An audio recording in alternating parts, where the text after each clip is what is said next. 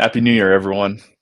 I spent the last 2 weeks with my family in Massachusetts, listening to my mom tell me every day how much she hates my hair. It's good to be back in beautiful Colorado. When I was interviewing with Arista, I'll never forget my current VP told me, Brian, there are two things you can sell in this world. You can sell vitamins or you can sell aspirin. And for the last 4 years, Brian, you've been selling a lot of vitamins. At the time, I was working for Confluent, trying to help companies modernize their data architecture towards real-time event streaming.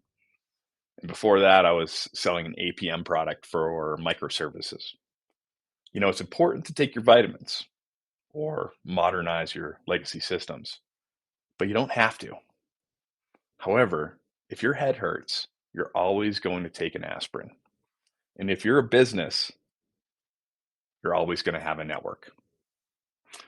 For those that have read the Phoenix Project, there are four types of work that all companies are doing on a daily basis. And there's a mix of vitamins and aspirin in all of them. First is business projects. Think new products, new services to increase revenue. Second is internal operations projects, modernizing legacy systems and reducing technical debt while reducing operational costs. Three is changes to existing systems, patches, upgrades, new code deployments, security updates. Some companies like to talk about how they have hundreds or thousands of changes a day. And that's great. But if your change fail rate is high, that leads to the fourth area of work: unplanned work and rework, critical bugs, breaches, application or infrastructure failures, audit remediation, and so on. So you're probably thinking, how do I tie my product or service to the business projects of my customer? A lot of times this is not very clear. And even the IT teams that you're working with might not even know.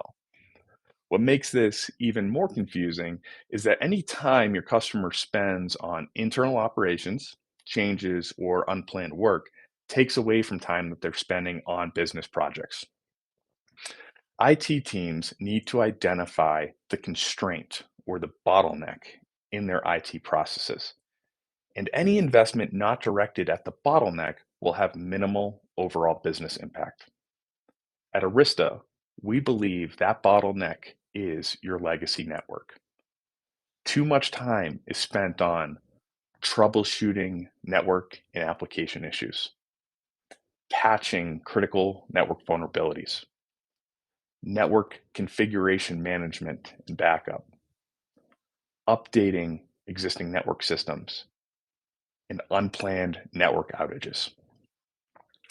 Even though these may not appear to be directly related to your business objectives, that is, unless you're a service provider, any time spent on these will take away from time spent on business projects.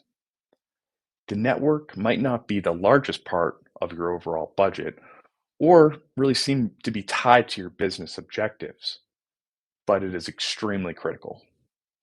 If your network is down, so is your storage, databases, Kafka clusters, servers, applications, users, and customers.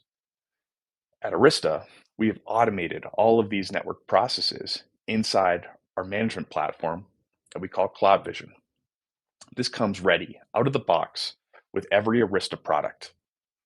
Compare that to our main competitor that is trying to bolt on acquired companies like AppDynamics, Thousand Eyes, DNA Center, Cisco Insights, Meraki, ACI, Tetration, and then every other competitive product that Splunk sells. Oops, I forgot. That acquisition hasn't happened yet. So whether you're in IT or in IT sales, the Phoenix Project is a must read. And for all those smart Brents out there, you need to be using Cloud Vision.